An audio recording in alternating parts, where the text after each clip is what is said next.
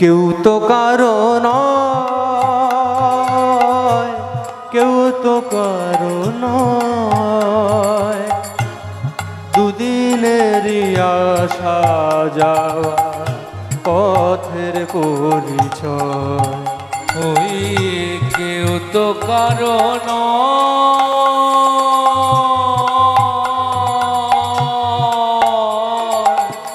কেউ তো কারো নয়, দুদিনের আসা যাওয়া পথে পরিচয়। বন্ধু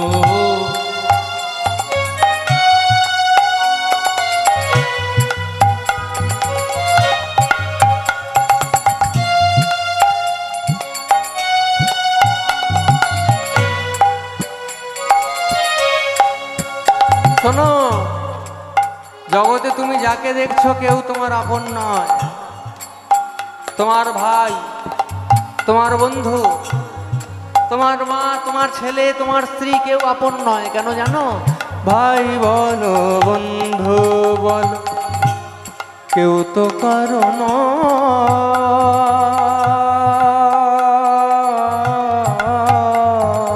ওই ভাই বলো বন্ধু বলো, কেউ তো কারো নয়।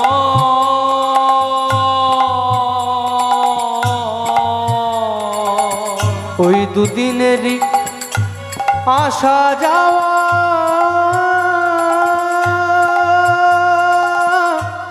পথের পরিচয়। মন আমার, মন আমার, মন আমার, মন আমার। ভাই বলো বন্ধু বলো, কেউ তো কারো নয়,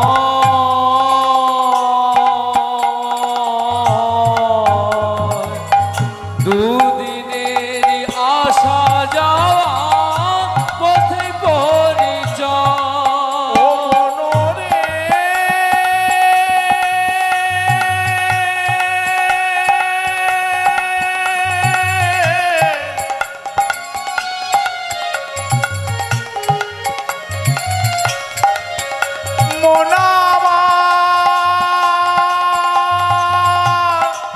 মনরে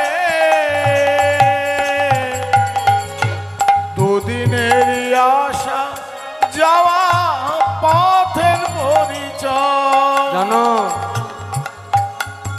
তুমি খালি হাতে এসেছো, তোমাকে যেতে হবে কিভাবে? খালি হাতে। জগতের থেকে তুমি কিচ্ছু নিয়ে যেতে পারবে না। তাই কি বলছে? শূন্য হাতে যেতে হবে। ওই শূন্য হাতে যেতে হবে, শূন্য হাতে যেতে হবে। ওই শূন্য হাতে যেতে হবে। কেউ তো কারো নয়, কেউ তো কারো ওই বন্ধু কেউ তো কারো নয়, ওই কেউ তো কারো নয়,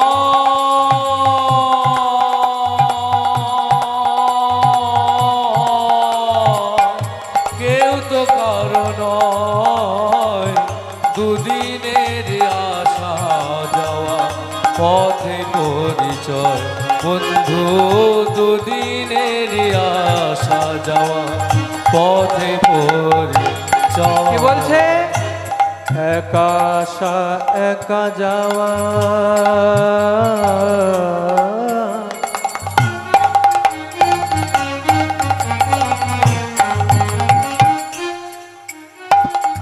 মায়েরা এই যে কথাগুলো তোমরা শুনছো, এগুলো কিন্তু চরম বাস্তব কথা। আমাদের প্রত্যেকের জীবনের সঙ্গে কিন্তু ঘটবেই। আমরা প্রত্যেকে তৈরি থাকবো সেই দিনটার জন্য। জন্মেছি যখন, মৃত্যু হবেই, সেটাকে মেনে নিতে হবে।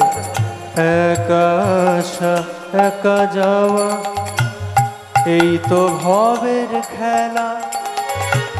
যাবার বেলায় পড়ে রবে পুত্র কন্যা দ্বারা। একা আসা একা যাওয়া, এই তো ভবের খেলা যাবার বেলায় করে রবে পুত্র কন্যা ছড়া। জানো কেউ হবে না সঙ্গের সাথী, ওই কেউ হবে না সঙ্গের সাথী।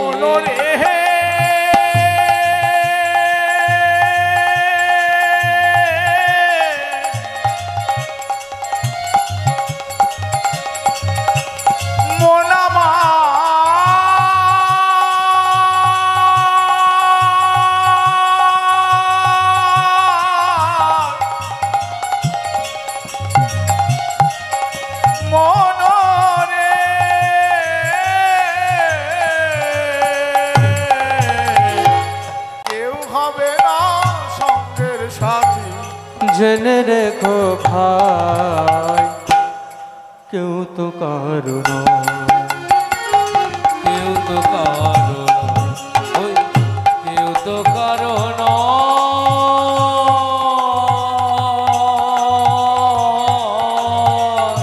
কেউ তো কারো নয়।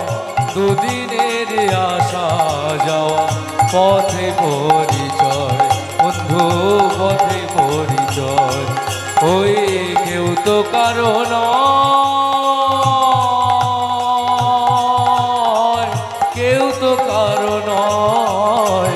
দুদিনের আসা যাওয়া পথে পরিচয়, বন্ধু দুদিনের আসা যাওয়া পথে পরিচয়। তাহলে মরার পরে কেউ কিন্তু আর আপন থাকে না। যতদিন বেঁচে আছো ততদিন সম্পর্ক, যতদিন এই জগতে রয়েছে ততদিন এই সম্পর্ক। যাকে আশেপাশে দেখতে পাচ্ছ, যাকে তুমি দেখতে পাচ্ছ, তাদের সঙ্গে সম্পর্ক কতদিনের সম্পর্ক না, যতদিন আমি বেঁচে রয়েছি। আমি মরে যাওয়ার পরে সেই সম্পর্ক কিন্তু আর থাকবে না। তাই সম্পর্কটা এমনভাবে করতে হবে, এমন একজনের সঙ্গে করতে হবে যে যাওয়ার সময় আমি চলে যাব কিন্তু আমার কথা সারা পৃথিবীর লোকে মনে রাখবে। কারা করেছিল এরকম সম্পর্ক মায়েরা? কেন? ওই যে ভক্ত সুদামা, ভক্ত সুদামাও সম্পর্ক করেছিল, বন্ধুত্ব করেছিল। আর আমরাও সাধারণ বন্ধুত্ব করি। আমাদের বন্ধুত্ব আর ওই সুদামার বন্ধুত্বের মধ্যে পার্থক্য কোথায়? আমাদের বন্ধুত্ব হলো স্বার্থের বন্ধুত্ব, কলিযুগের বন্ধুত্ব হলো টাকা পয়সার বন্ধুত্ব। কারোর বেশি একটু টাকা পয়সা হয়ে গেলে দেখবেন অনেক বন্ধু চলে আসে। একজন গরিব ব্যক্তি যদি হঠাৎ 1 কোটি টাকার লটারি পেয়ে যায়, তাহলে দেখবেন যারা কথা বলতো না তারাও ডেকে গিয়ে কথা বলছে, দাদা ভালো আছো তো, চিনতে পারছো তো, আমি তোমার খুব ভালো বন্ধু। হরি বল, হরি বল। এই হচ্ছে কলিযুগ। কলিযুগে বন্ধুর অভাব হয় না যদি তোমার একটু বেশি টাকা পয়সা হয়ে যায়। কিন্তু যখনই তোমার টাকা পয়সা শেষ হয়ে যাবে, রাস্তা দিয়ে যাবে, দেখা হবে, এমন ভাব দেখাবে মনে হবে যেন দেখাই হয়নি, তোমাকে পাশ ফিরে চলে যাবে। এই হচ্ছে বন্ধু। তাই আমরাও বন্ধুত্ব করি আর ওই সুদামাও বন্ধুত্ব করেছে। পার্থক্যটা কোথায়? আমাদের বন্ধুত্ব হলো স্বার্থের বন্ধু, আর ওই সুদামা এমন একজনের সঙ্গে বন্ধুত্ব করেছে যে সুদামারও মৃত্যু হয়ে গেছে আর প্রাণ গোবিন্দও চলে গেছে, কিন্তু তাদের জীবনী আজকে আমরা এই কীর্তনের আসরে আলোচনা করি। নিতাই গৌর প্রেমানন্দে হরি হরি বল। হরি বল, হরি বল। তাই সম্পর্কটা তুমি এমন করো, এমন একজনের সঙ্গে করো যে তুমি জগৎ ছেড়ে চলে যাবে কিন্তু তোমার কথা জগতে মনে রাখবে, তোমার কথা জগতে আস্বাদন করবে, তোমার জীবনী নিয়ে লোকে শিক্ষা গ্রহণ করবে। এমন একটা জীবন তোমাকে বানাতে হবে। আর কি শুধু ভালো জীবন বানালেই হয়ে যাবে না, আরো কিছু কাজ তোমাকে করতে হবে। ভালো কর্ম করতে হবে। ভালো কর্ম করলে তুমি ভালো ফল পাবে, খারাপ কর্ম করলে তুমি খারাপ ফল পাবে। এই কর্মফলটা না মায়েরা কাউকে ছাড়ে না। সে ভগবান হোক, দৈত্য হোক, পশু হোক, মানুষ হোক, কাউকে ছাড়ে না। কর্মফলটা কিন্তু কাউকে ছাড়ে না। কেমন? ভগবানকেও কিন্তু কর্মফল ভোগ করতে হয়েছে, ভগবানকেও কিন্তু কর্মফল ছাড়েনি। একটা ছোট্ট ঘটনা বলি তোমাদের। কুরুক্ষেত্রের যুদ্ধ শেষ হয়ে গেছে, জয় হয়েছে কার? না যারা ধর্মের পথে ছিল। ধর্মের পথে যারা থাকবে তাদের জয় হবে, যারা অধর্মের পথে থাকবে তারা কষ্ট পাবে বটে, দুঃখ পাবে বটে, কিন্তু তাদের হার হবেই। আর কিন্তু যারা ধর্মের পথে থাকবে তারা দুঃখ কষ্ট পেলেও তাদের জয় হবে। তাই পাণ্ডবদের জয় হয়ে গেছে, আর মা গান্ধারীর 100টা পুত্রর মৃত্যু হয়ে গেছে। এমন সময় মা গান্ধারী কি করছে? রাত্রিবেলায় একটা মশাল জ্বালিয়েছে। রাত্রিবেলায় একটা মশাল জ্বালিয়ে অন্ধকারের মধ্যে বেরিয়েছে। কি করতে? ছেলেদের শেষবারের মতন দেখবে বলে। ছেলেদেরকে আর চেনা যাচ্ছে না, ছেলেদের বদনগুলো দর্শন করে বোঝা যাচ্ছে না, এমন অবস্থা হয়ে গেছে, যুদ্ধ করে ছিন্ন ভিন্ন হয়ে গেছে, আর দেখে চেনা যাচ্ছে না। এক একটা ছেলের সামনে মশাল ধরছে আর কাঁদছে আর বলছে, নিদারুণ বিধি রে, এই কি বিধি লিখিল মোর করমে।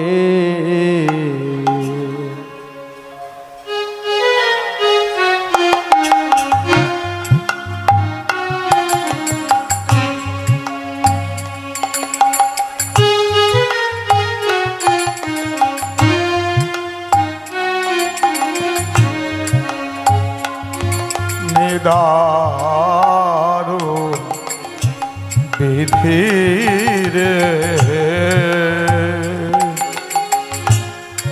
এই কি বিধি লিখিল মোর করমে। জানো, শতপুত্র আমার নিধন হলো, শতপুত্র আমার নিধন হলো, শতপুত্র আমার নিধন হলো, শতপুত্র আমার নিধন হলো। বলি কিসের কারণে? নিদারুণ বিধি রে, এই কি বিধি লিখিল মোর করমে। নিদারুণ বিধি রে, এই কি বিধি লিখিল মোর করমে। মা গান্ধারী হচ্ছে মহাসতী, তার আজকে কি অবস্থা? মশাল ধরে নিয়ে সন্তানদের খুঁজে বেড়াচ্ছে, কোথায় আমার সন্তানরা? মা কাঁদছে। এমন সময় মা গান্ধারী একজনের হাসির শব্দ শুনতে পেল। মা গান্ধারী এমন সময় একজনের হাসির শব্দ শুনতে পেল। কে হাসছে? আমি আমার সন্তানদের হারিয়ে কাঁদছি, আমি আমার সন্তানদের জন্য কষ্ট পাচ্ছি। কার হৃদয়, কার হৃদয় এমন কঠিন যে আমি সন্তানদের হারিয়ে কাঁদছি আর সে হাসছে? অন্ধকারে মশালটা এরম ভাবে ধরল। সামনে কে দাঁড়িয়ে রয়েছে? ভগবান শ্রীকৃষ্ণ। কৃষ্ণ, তুমি হাসছো? কৃষ্ণ, আমার সন্তান মরে গেছে আর তুমি সেইটা দেখে হাসছো? এই তুমি ভগবান? শোনো কৃষ্ণ, এই কুরুক্ষেত্রের যুদ্ধের জন্য তুমি দায়ী। তুমি তো ভগবান, তুমি কি পারতে না যুদ্ধটা থামিয়ে দিতে? তুমি কি পারতে না যুদ্ধটা থামিয়ে দিতে? তাই এই যুদ্ধের জন্য তুমি দায়ী, আমার সন্তানদের মৃত্যুর জন্য তুমি দায়ী, তাই আমি তোমাকে দেব অভিশাপ। আমার যেমন বংশে বাতি দেওয়ার জন্য কেউ রইল না, আমার যেমন বংশ নিবংশ হয়ে গেল, আমি তোমাকে অভিশাপ দিলাম, তোমারও যদু বংশ ধ্বংস হয়ে যাবে। ওই কথা শুনে ভগবান কৃষ্ণ কি বলছে? মাগো, তোমার অভিশাপ আমি মাথা পেতে নিলাম, কিন্তু জানো তো কর্মফল কাউকে ছাড়ে না। কি? কর্মফল? এ কি কথা বলছো কৃষ্ণ? আমি হলাম মহাসতী। আমি গত 100 জন্ম আগে চিন্তা করে দেখতে পারি, গত 100 জন্মর কথা আমার মনে রয়েছে। আমি এমন কোনো পাপ করিনি, আমি এমন কোনো অপরাধ করিনি যে আমার 100টা সন্তানের মৃত্যু হয়ে যাবে। আর তুমি বলছো কর্মফল? হ্যাঁ মা, কর্মফল। কর্মফল কাউকে ছাড়ে না।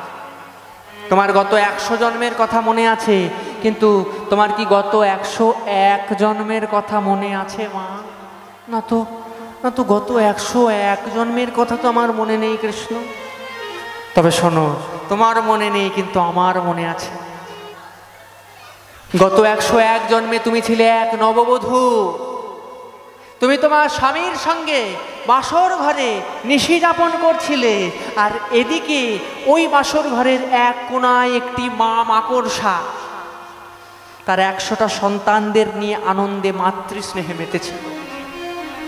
মায়েরা, তোমরা লক্ষ্য করবে, যখন মাকড়সার সন্তান হয় তখন পেটের কাছে একটা সাদা রঙের থলি হয়, ওই থলির মধ্যে সন্তানগুলো থাকে।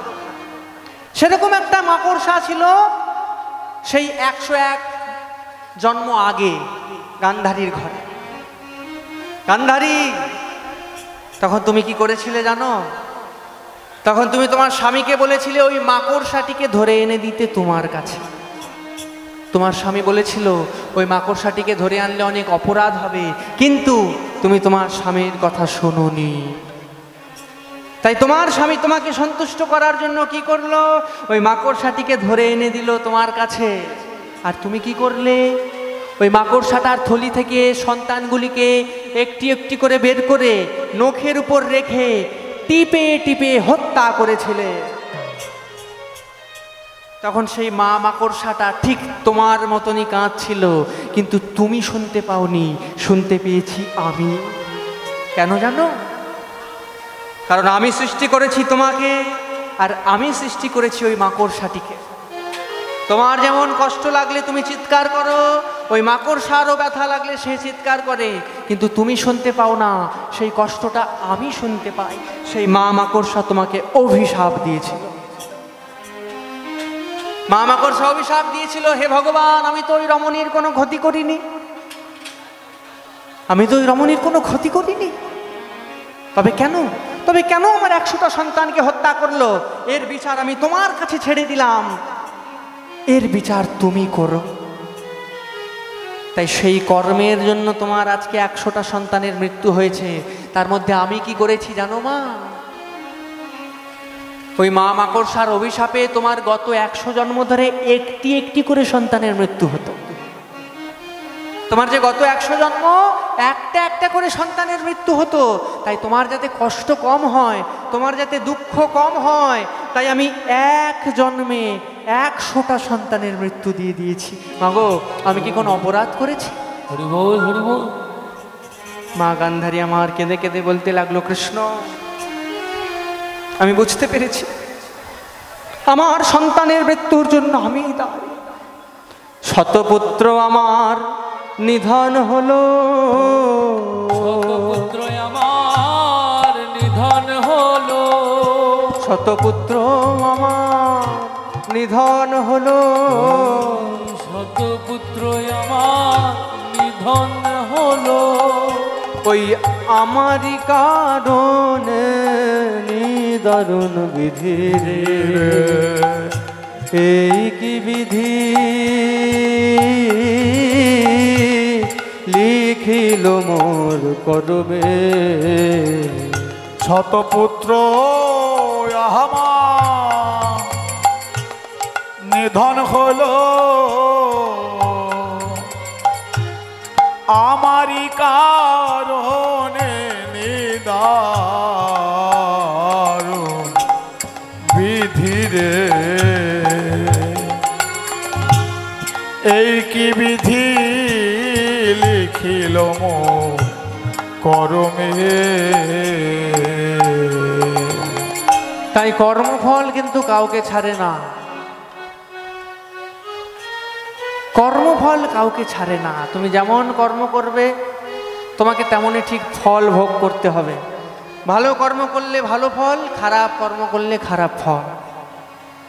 কাউকে কখনো ব্যথা দিলে হবে না, কারণ মনে রাখতে হবে আমি একটা প্রাণীকে ব্যথা দিচ্ছি, সেই প্রাণীটাকেও ভগবান সৃষ্টি করেছে, আর আমাকেও ভগবান সৃষ্টি করেছে। তাহলে ওই প্রাণীটা আমার কি হয় মায়েরা?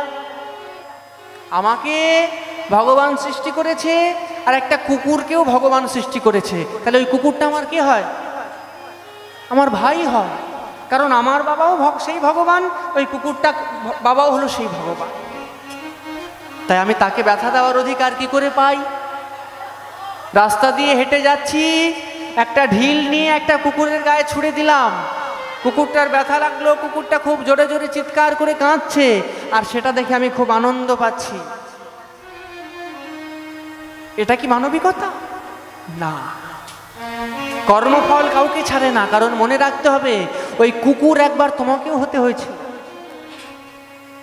আমরা শুধু মানুষ কুলে জন্ম নিইনি, ওই কুকুর কুলেও জন্ম নিতে হয়েছে, ওই মাছ কুলেও জন্ম নিতে হয়েছে, সব কুলে একবার আমাদের জন্ম নিতে হয়েছে, তারপরে এই সর্বশ্রেষ্ঠ মানব কুলে আমরা জন্ম নিয়েছি।